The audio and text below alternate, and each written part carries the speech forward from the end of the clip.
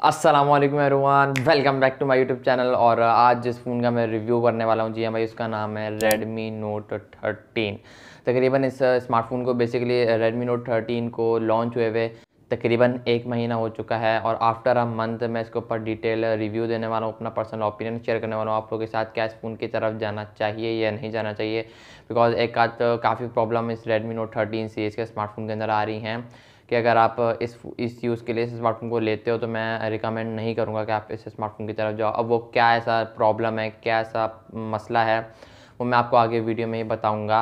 ये smartphone 2 memory variant के साथ पाकिस्तानी मार्केट में लॉन्च हुआ है, 8GB 128GB, 8GB 256GB।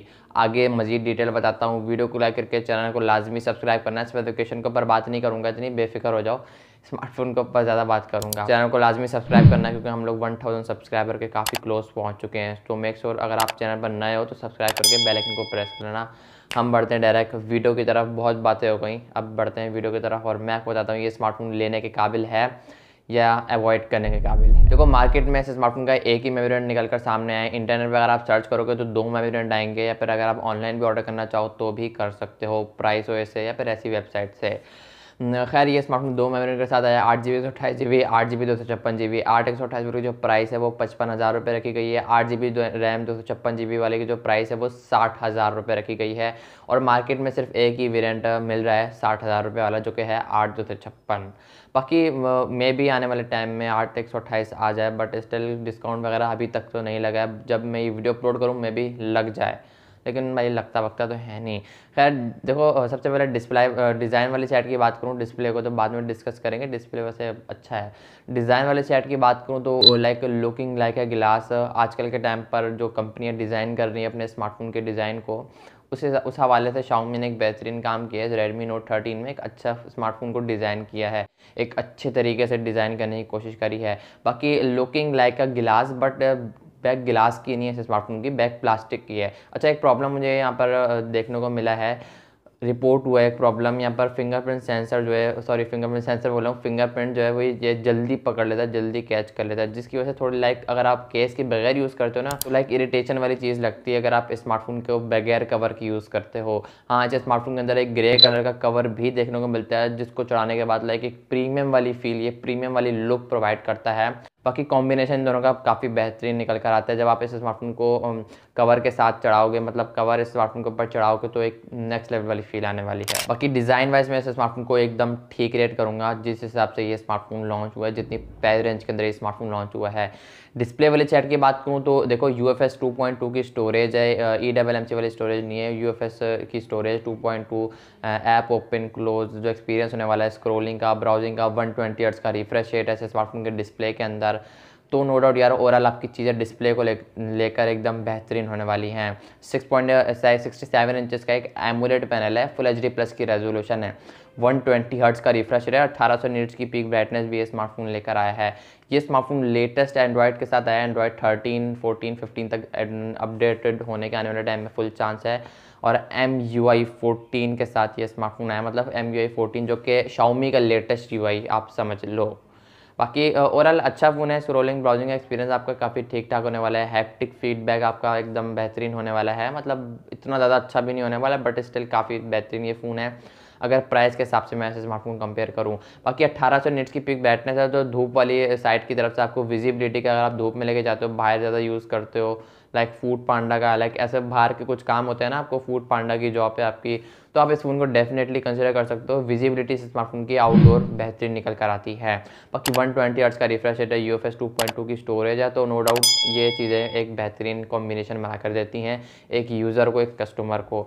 लेकिन Xiaomi के UI का काफ़ी इशू रिपोर्ट हो रहा है इस Redmi की Note 13 सीरीज़ के अंदर, specially Redmi Note 13 Pro Plus जो हायर वेरिएंट है। ये तो बेसिक वाला वेरिएंट है, इसका तो अभी तक कुछ पता नहीं है। बाकी इसका इतना रिपोर्ट नहीं है, बट स्टिल अगर आप Redmi Note 13 Pro Plus की तरफ लेने की सोच रहे हो तो उसका काफ़ी मतलब इशू आया है UI का। लाइक ऐप खोलो, ऐप खुलती नहीं है, जब खोल लो तो ऑटोमेटिक बंद हो रही हैं। फ़ोन हैंग कर रहा है काफ़ी। तो ये यूआई अगर आप Xiaomi के यूज़र हो तो आप लोग पहले से जानते होंगे इस चीज़ के बारे में। ये इशू आपको काफ़ी देखने को मिलता है specially Redmi Note 13 Pro Plus के अंदर। अगर आपको वो जानना है वो कैसा, तो मैं इसके ऊपर एक डिटेल वीडियो बना रखा हूँ, आप लोग जाकर उसको ज़रूर से वीडियो को वॉच करना, फिर उस फ़ोन की तरफ जाना अगर आप Redmi Note 13 Pro Plus को लेने की सोच रहे हो तो। बाकी स्नैपड्रैगन का 685 वाला स्मार्टफोन के अंदर प्रोसेसर लगाया गया है, जो कि अगर मैं कंपेयर करूं प्राइस के हिसाब से तो यार एकदम चीप प्रोसेसर निकल कर आता है। प्राइस इसकी 60,000 और प्रोसेसर 10-15 हज़ार फ़ोन वाले। तो like Snapdragon 685 is like processor सही है, नॉर्मल है, बट इस स्मार्टफोन की प्राइस अगर 20-25-30 हज़ार हो जाए ना तो ये स्मार्टफोन एक अच्छा प्रोसेसर के साथ आ रहा है। बट स्टिल इस स्मार्टफोन की प्राइस ही भाई 60,000 रुपये, तो मतलब इतना आप एक्सपेक्ट ना करो। लाइक 40 FPS 90 FPS वाले मज़े, 60 FPS 40 FPS भी आप अगर आप लेना चाह रहे हो तो भाई 40 FPS भी भूल जाओ। स्पेशली ये स्मार्टफोन गेमिंग को टारगेट नहीं करता है, गेमिंग यूज़र को टारगेट नहीं करता है, गेमिंग के लिए स्मार्टफोन बिल्कुल भी नहीं बना है। हल्की फुल्की गेमिंग हो सकती है, बहुत ज़रा सी, मतलब कैजुअल सी नॉर्मल, अगर आप हफ्ते में महीने में एक आध दफ़ा कर लेते हो तो वो गेमिंग इस स्मार्टफोन के अंदर हो सकती है। Balance with medium like PUBG में 30 FPS ये स्मार्टफोन प्रोवाइड करेगा।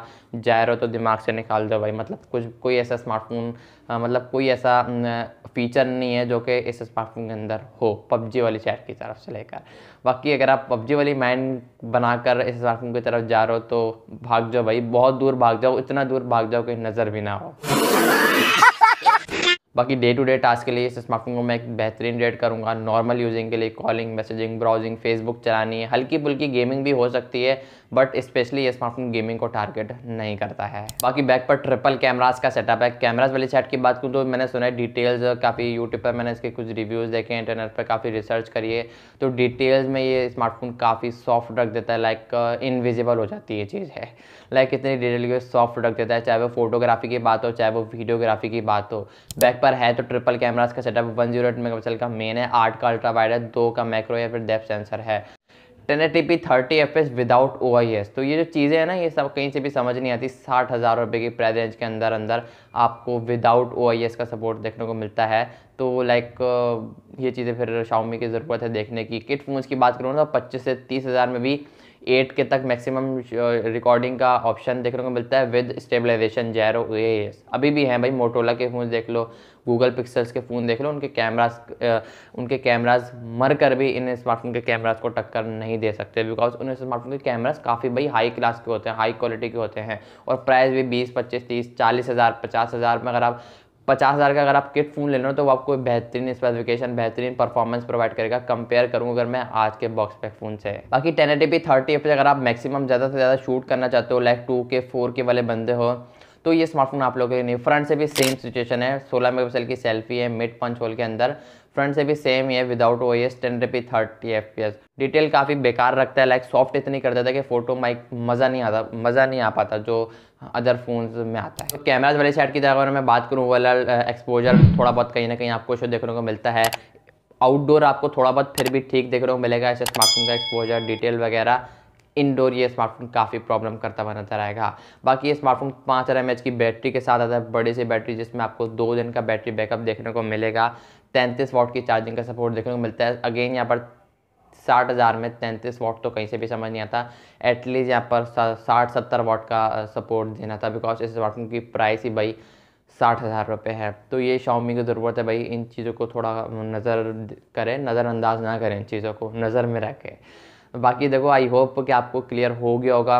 ओवरऑल अगर आप एक अच्छे कैमराज वाले फ़ोन की तरफ जाना चाह रहे हो, अच्छे गेमिंग वाले फ़ोन की तरफ जाना चाह रहे हो, तो मैं इस स्मार्टफोन को एक घटिया रेट करूँगा। इस स्मार्टफोन को रिकमेंड प्रेफर आपको नहीं करूँगा। हाँ, अदरवाइज अगर आपका एक कैजुअल यूज़र, नॉर्मल थोड़ी बहुत हल्की फुल्की गेमिंग कर लेते हो, हल्की फुल्की फोटोग्राफी में इतना इंटरेस्ट नहीं है आपका, और UI से भी आपको इसके कोई प्रॉब्लम नहीं है, तो UI का आपको काफ़ी ध्यान रखना है। Xiaomi के यूज़र लोग मैंने देखा है, Xiaomi का नाम सुनते हैं ना डर जाते हैं, बोलते हैं नहीं भाई UI का इसका काफ़ी इशू देखने को मिलता है, फ़ोन हैंग बहुत करता है, लेने के बाद ही हैंग करना स्टार्ट कर जाता है, जब हम 2-3 साल बाद गुजारेंगे तो फिर क्या होगा, वो लोग डर जाते हैं। तो ये UI का काफ़ी इशू देखने को मिला है। अभी तक यहाँ पर मसला ठीक नहीं हुआ है Xiaomi की तरफ से Redmi Note 13 सीरीज़ में भी। स्पेशली Pro Plus वाले को मैं आपको मना करूँगा, आप उस फ़ोन की तरफ मत जाओ, इस फ़ोन की तरफ देख सकते हो अगर आपका हल्का फुल्का यूजेज है। बाकी ओवरऑल आई होप कि आपको समझ आ गई होगी, मे बी थोड़ी और बेहतर हो सकता था ऐसे स्मार्टफोन के अंदर, जो कि Xiaomi ने नहीं किया है। तो ज़रूरत है थोड़ा बहुत आगे जाने की, थोड़ा बहुत कैमराज वाले साइड की तरफ से अगर ये थोड़ा स्टेबलाइजेशन विद OIS 4 के तक दे देते, डिटेल को सही मैच कर लेते, मतलब डिटेल को सही कंट्रोल कर लेते Xiaomi वाले, अगर स्नैपड्रैगन की जगह कोई MediaTek Dimensity दे तगड़ा हार्डवेयर दे देते, तो ये स्मार्टफोन एक बेस्ट फ़ोन होता है अंडर ₹60,000। बिकॉज इसकी प्राइस भी तो देखो ना, 60,000 में आपको स्नैपड्रैगन 685 तो यार कहीं से भी समझ नहीं आता है। बाकी आई होप कि आपको ये क्लियर हो गया होगा कि आपको इस फ़ोन को बाय करना है नहीं करना है। लेकिन मुझे अभी तक ये क्लियर नहीं हुआ कि आप लोग मेरे चैनल को सब्सक्राइब क्यों नहीं करते हो, वीडियो को लाइक क्यों नहीं करते हो। तो वीडियो को लाइक करके चैनल को लाजमी सब्सक्राइब कर दो, क्योंकि हम 1000 सब्सक्राइबर के काफ़ी क्लोज पहुंच चुके हैं। सो मेक श्योर अगर आप चैनल पर नए तो चैनल को सब्सक्राइब ज़रूर करना। मैं फिर निकलता हूँ, मिलता हूँ। काफ़ी दिनों बाद वीडियो बनाइए, दिल नहीं चाहता वीडियो बनाने का, कसम से। आप लोग सब्सक्राइब नहीं करते हो तो मज़ा नहीं आता। खैर बनाता रहूँगा इंशाल्लाह इसी तरीके से कंटेंट। चैनल को सब्सक्राइब लाजमी करना। मैं मिलूँगा अपने नेक्स्ट वीडियो में किसी और फ़ोन के रिव्यू के साथ, किसी और अपकमिंग फ़ोन के साथ। तब तक के लिए अल्लाह हाफ़िज़।